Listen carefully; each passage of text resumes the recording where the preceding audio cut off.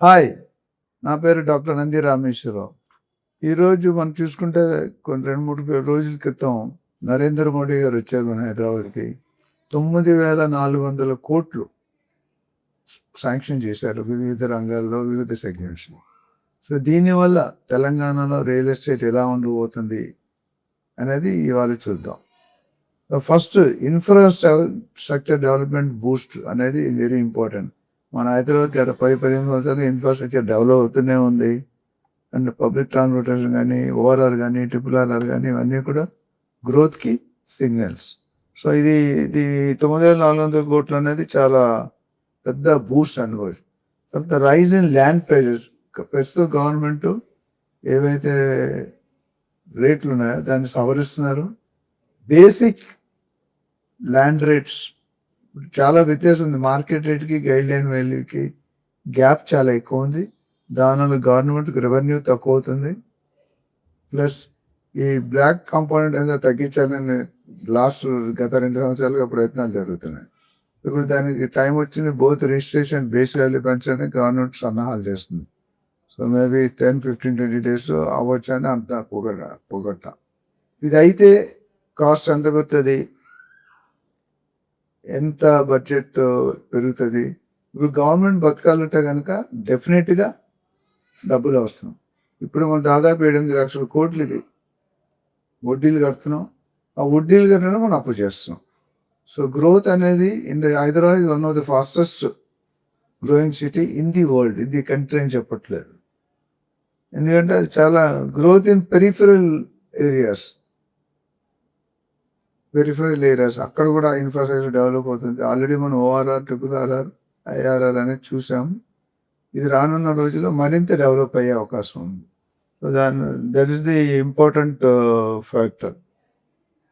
అట్లానే మీరు చూసుకుంటే రెసిడెన్షియల్ డిమాండ్ అనేది బాగా పెరుగుతుంది. ఎందుకంటే ఒకప్పుడు ఇల్లు ఎక్కడో ఉండి ఆఫీస్ ఎక్కడో ఉండి ట్రావెల్ చేయడం. ఇప్పుడు చాలామంది లేటెస్ట్ లగ్జరీ కల్చర్ ఏంటంటే ఆఫీస్ దగ్గరలో ఇల్లు ఉంటే మంచిది అనే దీని. సో రెసిడెన్షియల్ కొత్తగా పాపులేషన్ పెరుగుతుంది, పెళ్ళిళ్ళు అవుతున్నాయి, మ్యారేజెస్ అవుతున్నాయి. సో ఇవన్నీ కూడా ఈ గ్రోత్ తట్టుకోవాలంటే, ఆ రిక్వైర్మెంట్ తట్టుకోవాలి గవర్నమెంట్ డెఫినెట్గా మనం అతివేగంగా ఎక్స్పాండ్ చేయాలి. ఆల్రెడీ మనకి నార్త్, ఈస్ట్, వెస్ట్, సౌత్ జోన్లో దాదాపు 100 కిలోమీటర్ పైన ఎక్స్టెండ్ అయింది. రాను రోజులు ఇంకా ఎక్స్టెండ్ అవుతుంది. సో రెసిడెన్షియల్ అనేది అయితే రెంట్కి కావచ్చు, లేదా ఉండడానికి కొనుక్కోవడానికి కావచ్చు. ఇది మనకి చాలా ఇంపార్టెంట్. ఇప్పుడు లేటెస్ట్గా మనం చూసినట్టే అంతకుముందు రెసిడెన్షియల్ ప్లాట్స్ ఉండేది, తర్వాత విల్లాస్ వచ్చినాయి, తర్వాత ఫ్లాట్స్. ఇప్పుడు కమర్షియల్ రియల్ ఎస్టేట్ అనేది బాగా ఎక్స్పాండ్ అవుతుంది. పెట్టుబడులకి ఇంకొక ముఖ్యమైన కారణం అంటే కమర్షియల్ రియల్ ఎస్టేట్, రీటైల్ కానీ, ఆఫీస్ స్పేస్ కానీ, కోవర్కింగ్ స్పేసెస్ కానీ, బడ్జెట్ సపోర్ట్ ఇండస్ట్రీస్ కానీ అన్నీ కూడా బాగా ఇంక్రీజ్. గవర్నమెంట్ ఎక్స్పెండిచర్ అంటే ఇది డెవలప్ చేయాలంటే గవర్నమెంట్ ఎక్స్పెండిచర్ ఇంక్రీజ్ చేసుకోవాలి. ఈ ఇండస్ట్రీ వస్తే, ఇన్ఫ్రాస్ట్రక్చర్ వస్తే ఫండింగ్ వస్తే ఇండస్ట్రీస్ వస్తే శాలరీ వస్తుంది, శాలరీ వస్తే జాబ్ వస్తే శాలరీ వస్తుంది, బయింగ్ పవర్ పెరుగుతుంది. సో ఇదంతా ఒక chain reaction. So higher investor confidence. ఒకప్పుడు కొద్దిగా స్టార్టింగ్లో ఇన్వెస్టర్ కాన్ఫిడెన్స్, బయ్యర్ కాన్ఫిడెన్స్ అనేది కొద్దిగా స్లో డౌన్. ఇప్పుడు పెరగడం మొదలైంది. మేబీ రానున్న నెక్స్ట్ 2-3-4 yearsలో బాగా బూస్ట్ అయ్యే అవకాశం కనిపిస్తుంది. తర్వాత సివిక్ కమ్యూనిటీస్ అంటే మన వాటర్ సిస్టమ్ కానీ, సూవేజ్ సిస్టమ్ కానీ, పార్క్స్ కానీ, పబ్లిక్ ఫెసిలిటీస్ కానీ ఇవన్నీ కూడా పెరిగే అవకాశం పుష్కలంగా కనిపిస్తుంది. సో అందుకని హైదరాబాద్లో ఎస్పెషల్లీ రియల్ ఎస్టేట్లో హైదరాబాద్లో పెట్టుబడి పెట్టిన ఎవరు కూడా లాస్ అయ్యే దాఖలు లేవు. అండ్ ఇండస్ట్రియల్ కారిడార్స్ చుట్టూ గ్రోత్ అవుతుంది. అంటే ఒకసారి ఇండస్ట్రీస్ వచ్చాయంటే లివింగ్ స్టార్ట్ అవుతుంది. లివింగ్ స్టార్ట్ అయిందంటే మిగతా amenities, parks, hotels, restaurants, multiplexes, supervisors, hospitals ఇవన్నీ కూడా ఆటోమేటిక్గా రావాలి. ఇప్పుడు అందుకని ప్రతిదీ కూడా ఒకప్పుడు అన్నీ మనం షాపింగ్ చేయాలంటే కోటికి వెళ్ళేవారు. ఇప్పుడు కోటి 90% పీపుల్ వెళ్ళట్లేదు. గచ్చిబౌలి అక్కడే ఉన్నది, ఫైనాన్షియల్ డిస్ట్రిక్ట్ అక్కడే ఉంది, లింగంపల్లి ఎక్కడెక్కడ వచ్చేస్తుంది. బట్టల షాపుల నుండి ఎలక్ట్రానిక్ షాపులు, ఏసీ అన్నీ కూడా. ఇది ఒక positive indication. And more appreciation high appreciation అనేది ఎమర్జింగ్ లొకేషన్స్ కొత్తగా గ్రోత్ కారిడార్ ఓఆర్ఆర్కి RRRకి మధ్యలో బాగా గ్రోత్ ఎక్స్పెక్ట్ చేస్తుంది. సో అదొక positive. So housing opportunities, government ఈ స్పెండింగ్ ఆన్ హౌసింగ్ సెక్టర్ చాలా ఎక్కువ స్పెండ్ చేస్తున్నారు. అండ్ గ్రోత్ ఫ్యాక్టర్ అనేది బాగా ఇంప్రూవ్ అవుతుంది. And housing supply middle class బయర్స్కి కొద్దిగా అంటే లిబర్టీ దొరుకుతుంది, కొద్ది తక్కువ రేట్లో ఉండడానికి అవకాశం.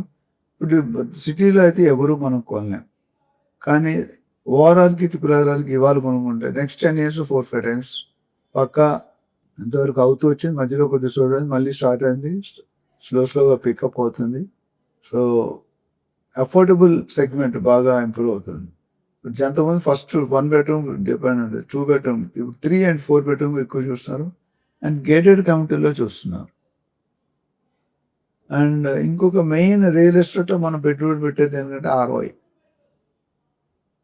Return on investment. So return on అంటే మనం ఎంత పెడితే ఎన్ని రోజులు ఎంత తక్కువ రోజులు అప్రిషియేట్ అవుతుంది అనేది very very important.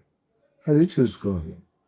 Potential increase in property అంటే మీరు చూసుకుంటే ఇయర్ ఆన్ ఇయర్ రిజిస్ట్రేషన్ సంఖ్య పెరుగుతుంది, గవర్నమెంట్ రెవెన్యూ పెరుగుతుంది, and more number of families, more number of offices, more number of jobs, ఇవన్నీ కూడా ఓవరాల్ గ్రోత్కి తోడ్పడుతుంది. సో హైదరాబాద్లో రియల్ ఎస్టేట్ ఎలా ఉంటుంది చాలామంది అడుగుతున్నారు మిత్రులు. నాకు తెలిసి next 10 years in spite of any government real estate is going to rock.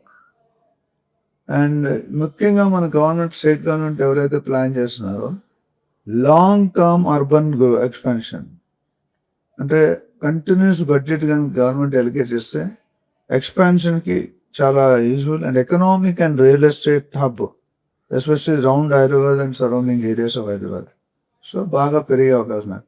So ఓవరాల్గా ఈ 9,400 కోట్లు అనేక సబ్ గవర్నమెంట్స్కి ఇచ్చారు. అందులో ఇవన్నీ కంప్లీట్ అయితే కనుక ఫండ్స్ శాంక్షన్ అయ్యి హైదరాబాద్ రియల్ ఎస్టేట్ గ్రోత్కి తిరగలేదు, పట్టిందల్లా బంగారం. సో దీని మీద మీకు ఎటువంటి సందేహాలు ఉన్నా నన్ను కాల్ చేయండి.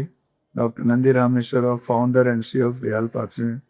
నా contact number 9949579170. Thank you, good luck.